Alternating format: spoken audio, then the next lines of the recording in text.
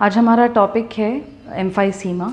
तो COPD जो है क्रॉनिक ऑब्स्ट्रक्टिव पल्मोनरी डिसीज़, उसमें दो डिसऑर्डर्स हमने इंक्लूड किए हैं। एक है क्रॉनिक ब्रोंकाइटिस और एक है एम्फाइसीमा। क्रॉनिक ब्रोंकाइटिस के बारे में हम ऑलरेडी पढ़ चुके हैं, तो एम्फाइसीमा के बारे में हम डील कर रहे हैं। एम्फाइसीमा भी एक क्रॉनिक लंग कंडीशन है जब जो एल्विलाई होता है, बिल्कुल जो एंड ब्रोंकस वगैरह डिवाइड होके प्राइमरी सेकेंडरी टर्शरी ब्रोंक्यूल्स में डिवाइड होके एंड में जब वो ग्रेप लाइक या अंगूर जैसे गुच्छे जैसे बना लेते हैं जहाँ पे एयर ट्रैप होते हैं और ऑक्सीजन और कार्बन डाइऑक्साइड का एक्सचेंज करते हैं। ये एल्विलाई किस तरीके से एक्सचेंज करते हैं? एल्विलाई के पास ऑक्सीजन होता है, जो ब्लड वेसल उसके पास से गुजरते हैं, उनके ब्लड में कार्बन डाइऑक्साइड होता है।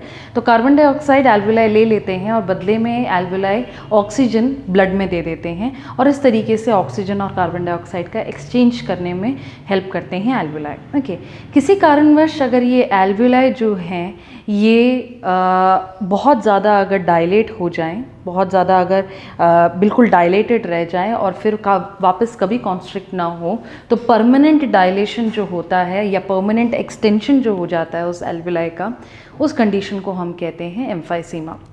आपको याद होगा कि क्रॉनिक ब्रोंकाइटिस में हमने कहा कि ये एक ऐसा सिचुएशन है जब कुछ क्लिनिकल फीचर्स आते हैं, जैसे बहुत ज़्यादा खांसी आना, स्पूटम का प्रोडक्शन होना, तो वो क्रॉनिक ब्रोंकाइटिस था। जबकि यहाँ हम देख रहे हैं एम्फाइसीमा में कि एम्फाइसीमा क्लिनिकल फीचर्स नहीं है, एम्फाइसीमा एक स्ट्रक्चरल अबनॉर्मैलिटी है, एल्विलाई का स्ट्रक्चर बिगड़ जाना। तो दोनों ही जो अवस्थाएं हैं वो अलग अलग बेसिस की हैं, एक क्लिनिकल फीचर पे है, एक स्ट्रक्चरल पे है, लेकिन इनके अलावा जो इनके होने के कारण हैं, इनके लक्षण हैं, वो ऑलमोस्ट सब क्या होते हैं, सेम होते हैं। इसलिए उन्हें हम एक उसमें कैटेगरी में इन्वॉल्व करते हैं जिसको हम COPD कह रहे हैं। ओके, सो ये था एम्फाइसीमा के बारे में। एम्फाइसीमा कैसे होता है? एम्फाइसीमा होने के सेम रीजंस हैं जैसे क्रॉनिक ब्रोंकाइटिस के हैं। जैसे सबसे पहला है स्मोकिंग। COPD का सबसे बड़ा रीज़न स्मोकिंग होता है। स्मोकिंग के अलावा कोई एलर्जिक चीज़ें या फिर कोई ऐसी चीज़ जिसकी वजह से नॉर्मली इरिटेशन हो सकता है किसी भी व्यक्ति के लंग्स में, जैसे धूल, डस्ट जिसको हम कहते हैं, या पोल्यूशन, या फिर पेंट के फ्यूम्स, या कोयले या आग से निकलने वाले फ्यूम्स, ऐसी कोई भी चीज़ जो इरिटेट करती हैं, जो हेयर में स्प्रेस किए जाते हैं, जो कॉस्मेटिक्स यूज़ किए जाते हैं, उन सब के अंदर जो केमिकल्स होते हैं, केमिकल्स से आने वाले स्मेल जो होते हैं, ये सारी चीज़ें क्या कर सकती हैं, इरिटेट कर सकती हैं।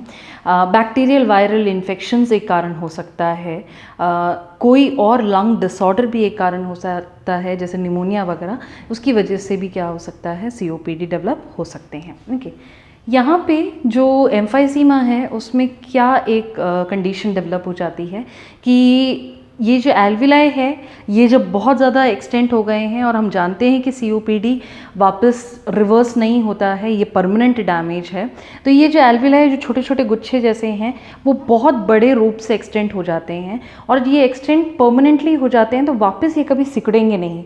जब ये सिकुड़ेंगे नहीं तो इनके अंदर जो एयर फंसा हुआ है वो बाहर नहीं निकल पाता है।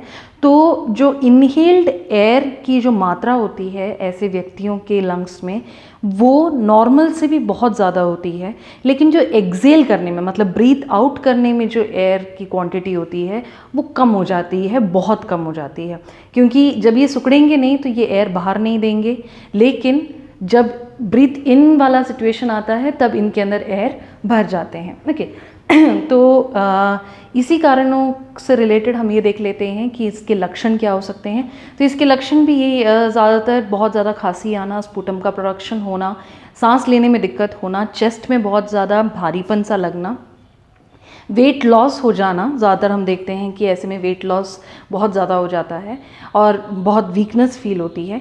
यहाँ पे एक और चीज़ है जो हमने क्रॉनिक ब्रोंकाइटिस में नहीं देखा है, वो है बैरल चेस्ट। बैरल जैसे हम आपने कभी देखा होगा लकड़ी वगैरह से बने बड़े कंटेनर्स जिसमें पानी या ऐसा कोई फ्लूइड भर के रखा जाता है, उस शेप का हो जाता है चेस्ट उस व्यक्ति का जिसको एम्फाइसीमा हो रहा है। वो कैसे हम पता कर सकते हैं? वो इस तरीके से कि अगर हम चेस्ट को देखें तो चेस्ट का जो आगे से पीछे तक का भाग होता है, मतलब एंटीरियर टू पोस्टीरियर का भाग, उसका जो लेंथ होता है ठीक है, और उसको अगर हम डिवाइड करें लेफ़्ट टू राइट के लेंथ से तो वो 1/2 के फेज़ में रहता है। ओके, सो आप नॉर्मली भी जैसे आप अपनी बॉडी में देख सकते हैं, नॉर्मल किसी इंडिविजुअल में देख सकते हैं कि एंटीरियर टू पोस्टीरियर जो स्पेस होता है आगे से पीछे चेस्ट की तरफ, वो बहुत कम होता है, और उसके बराबर में जो राइट टू लेफ़्ट चेस्ट का जो डायमीटर होता है या लेंथ होता है वो बहुत ज़्यादा होता है। तो 1/2 मतलब एंटीरियर पोस्टीरियर से डबल होता है ट्रांसवर्स में। लेकिन अगर आप एम्फाइसीमा वाले पेशेंट को देखेंगे तो क्योंकि उनकी बॉडी में हाइपर इन्फ्लेशन है, हाइपर इन्फ्लेशन का मतलब एक्सेस में एयर का अंदर भरा हुआ एक सिचुएशन, और इस वजह से धीरे धीरे आप जब एक्सरे करते हैं तो आप देखते हैं कि इनका जो चेस्ट है वो फूलता ही चला जाता है, और इस फूले हुए रीज़न की वजह से जो लेफ़्ट टू राइट का स्पेस है वो धीरे धीरे कम हो जाता है, और आगे से पीछे का जो एक लेंथ होता है वो बढ़ जाता है। तो हम देखते हैं कि नॉर्मल में जो आगे से पीछे डिवाइडेड बाय जो लेफ़्ट टू राइट का डायमीटर वो 1/2 था, यहाँ पे जो एम्फाइसीमा वाले पेशेंट्स हैं उसमें 2:1 हो जाता है। एंटीरियर टू पोस्टीरियर जो डायमीटर है वो दुगना हो जाता है लेफ़्ट राइट वाले लेंथ से। इस वजह से वो ऐसा लगने लगता है जैसे वो लकड़ी का जो कंटेनर होता है वैसा, उसको हम बैरल कहते हैं। इसीलिए एम्फाइसीमा का एक बहुत बड़ा क्लिनिकल मैनिफेस्टेशन या लक्षण जो है वो बैरल चेस्ट है। ओके, सो इसके बाद हम देख लेते हैं कि इसको किस तरीके से जांच किया जा सकता है। तो जांच करने के लिए हम प्रॉपर एक हिस्ट्री टेकिंग कर सकते हैं ये जानने के लिए कि किस तरीके के कारण रहे हैं, वो एलर्जिक तो नहीं थे, आस्थमा तो नहीं है, ऐसी जगह पे तो नहीं रहते हैं जहाँ बहुत पोल्यूशन है, किसी चीज़ की वजह से किसी कंडीशन में उन्हें कोई इन्फेक्शन तो नहीं हुआ था। ये सारी चीज़ें फिजिकल एग्जामिनेशन के दौरान सांस लेते वक्त जो आवाज़ें आती हैं जिसको हम वीजिंग कहते हैं, और ये जो बैरल चेस्ट है, ये सब कुछ हम फिजिकल एग्जामिनेशन के दौरान देख ही सकते हैं। इसके अलावा हम जो पल्मोनरी फंक्शन टेस्ट है उसके द्वारा भी जान सकते हैं कि कितना एयर रह जाता है लंग्स में जब ब्रीद इन या ब्रीथ आउट करते हैं। साथ ही साथ कल्चर कराया जा सकता है इन्फेक्शंस के लिए। यहाँ पे इन सब के अलावा जो है कल्चर में ब्लड कल्चर, स्पूटम कल्चर्स कराए जा सकते हैं।